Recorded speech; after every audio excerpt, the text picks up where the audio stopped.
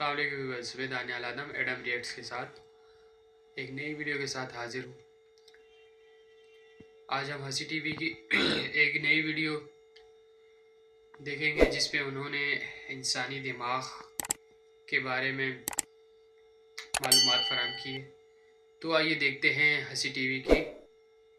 Video. Medical science نے قرآن کا ایک معجزہ السلام علیکم دوستو، میرا نام ہے اسیب شفقت اور آپ دیکھ رہے ہیں ہنسی ٹی وی۔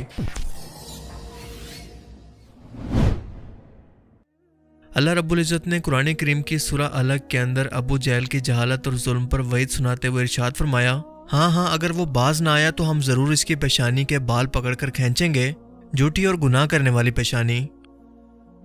اس کے بعد حدیث مبارکہ میں ارشاد ہوتا ہے کہ رسول اللہ صلی اللہ علیہ وسلم نے فرمایا کہ میدان محشر کے اندر سب سے پہلے قتل کے گناہ کا فیصلہ ہوگا۔ جس شخص کو دنیا میں ناحق قتل کیا گیا تھا وہ اپنے قاتل کو پیشانی کے بالوں سے پکڑ کر گھسیٹتا ہوا اللہ کے حضور پیش کر کے انصاف مانگے گا۔ اب اس قرآنی آیت اور صحیح حدیث مبارکہ کو سن کر ذہن کے اندر یہ سوال آتا ہے کہ آج تک تو ہم نے یہی پڑھا اور ہمیں یہ سمجھایا گیا کہ انسانی دماغ سوچ کا مرکز ہے یا پھر دل مرکز ہے انسانی جذبات اور احساسات کا، اور انسان ان دونوں کی مدد سے ہی سوچ کر کوئی فیصلہ کرتا ہے، چاہے وہ نیکی کا کام ہو یا کسی گناہ کا۔ تو اللہ پاک بار بار ان گناہ گاروں کی پیشانی کا ذکر کیوں فرما رہا ہے کہ اس گناہ کرنے والوں کو بالوں سے پکڑ کر کھینچا جائے گا؟ اس کا مطلب کہ اس کا انسان کے فیصلہ کرنے کی صلاحیت سے ضرور کچھ نہ کچھ لینا دینا ہے۔ جدید سائنس نے جب انسانی دماغ پر کھوج کی کہ اس کا ہر ایک حصہ کیسے کام کرتا ہے اور اللہ نے اس کے ہر ایک پورشن کو یا حصے کو مخصوص کام کے لیے کیسے ڈیزائن کیا ہے، تو ان کی حیرت کی انتہا نہ رہی، کیونکہ آج سے 1400 سال پہلے بیان کی گئی یہ پہیلی آخر کار حل ہو گئی، کیونکہ ہمیں پتہ چلا کہ انسانی دماغ کو 4 بڑے حصوں کے اندر تقسیم کیا گیا اور ہر ایک حصے کا اپنا ایک مخصوص کام ہے، جیسا کہ آپ اس ڈائیگرام کے اندر دیکھ سکتے ہیں۔ لیکن یہاں پر سب سے اہم ہے فرنٹل لوب، یعنی دماغ کے سامنے کا حصہ، جس کو سمجھنا انتہائی ضروری ہے، کیونکہ اس کا کام ہوتا ہے چیزوں کو سیکھنا، سمجھنا، بولنا، انسان کی شخصیت کو ڈیولپ کرنا کہ کوئی شخص کیسا برتاؤ کرے گا یا کیسا رویہ رکھے گا، اس کے جذبات کیسے ہوں گے، اور سب سے بڑھ کر کے کسی کام کے کرنے یا نہ کرنے کا فیصلہ کرنا۔ لہٰذا میڈیکل سائنس کے مطابق اگر پیشانی کا یہ فرنٹل حصہ یعنی فرنٹل لوب اگر کاٹ دیا جائے تو انسان فیصلہ کرنے کی صلاحیت سے محروم ہو جائے گا، اسے سمجھ ہی نہیں آئے گا کہ کیا صحیح ہے اور کیا غلط، اسے کیا کرنا چاہیے یا کیا نہیں، یعنی کچھ کرنے یا نہ کرنے کی صلاحیت کو کھو دے گا۔ اب ذرا ایک بار پھر سے قرآنی آیات پر غور کریں کہ اس حصے کی اس خصوصیات کی بنا پر قرآن کریم کے اندر یہ فرمایا گیا کہ اس کی پیشانی کے بال کھینچے جائیں گے، کیونکہ یہی ارادہ کرنے یا فیصلہ کرنے کی جگہ ہے۔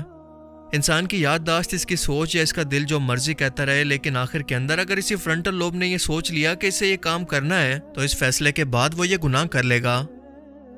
یہ کتنی حیرت انگیز بات ہے کہ انسانوں کا خالق انسانی دماغ کے مائکروسکوپک لیول پر جا کر اس خاص پوائنٹ کی طرف اشارہ کر کے فرما رہا ہے کہ دیکھو، یہ ہے وہ دماغ اور اس کا وہ حصہ جو کہ تم سے یہ کام کرواتا ہے، اسی لیے قیامت کے دن اسی کو پکڑ کر تمہیں سزا دی جائے گی، کیونکہ فرشتے بھی قیامت کے روز پیشانی کے بالوں سے پکڑ کر گناہ گاروں کو جہنم کے اندر پھینکیں گے۔ سائنٹسٹ نے مزید ریسرچ کی تو پتہ چلا کہ جانوروں کے اندر دماغ کا یہ حصہ انتہائی چھوٹا اور کمزور ہے، اسی لیے جانور ٹھیک فیصلے نہیں کر سکتے، کیونکہ ان میں لیڈرشپ یا قیادت کرنے کی صلاحیت ہی موجود نہیں ہے، اور اسی لیے آپ دیکھتے ہیں کہ جب بھی جانوروں پر حملہ ہوتا ہے تو وہ الگ الگ ہو کر بھاگنے لگتے ہیں، یہ سب مل کر اپنے لیے کوئی فیصلہ نہیں کر پاتے، اور اگر ایسا ہوتا کہ یہ سب مل کر کوئی فیصلہ کر پاتے تو شاید ان کے شکاری دنیا سے کب سے بھوک کے ہاتھوں مر چکے ہوتے۔ قرآن کریم میں اللہ پاک فرماتا ہے کہ کوئی جاندار نہیں مگر اس کی پیشانی اللہ رب العزت کی قدرت میں نہ ہو، اور حدیث مبارکہ کے اندر بھی یہ دعا بیان کی گئی ہے کہ اللہ کے رسول صلی اللہ علیہ وسلم یہ دعا فرمایا کرتے تھے کہ اے میرے رب، میری پیشانی تیرے قبضہ قدرت میں ہے،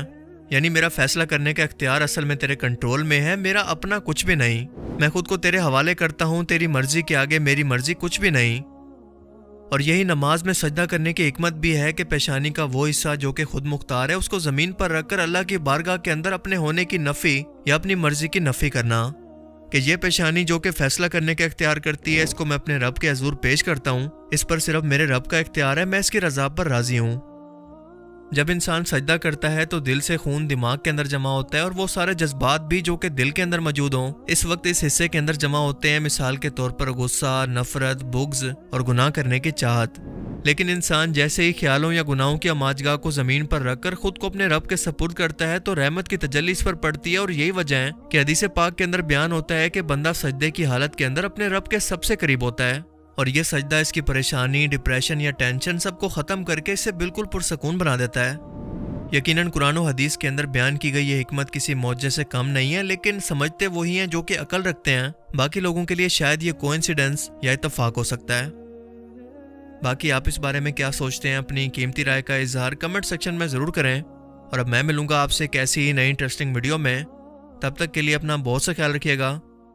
thanks for watching this video. اللہ حافظ۔ تو ویورز، آپ نے جانا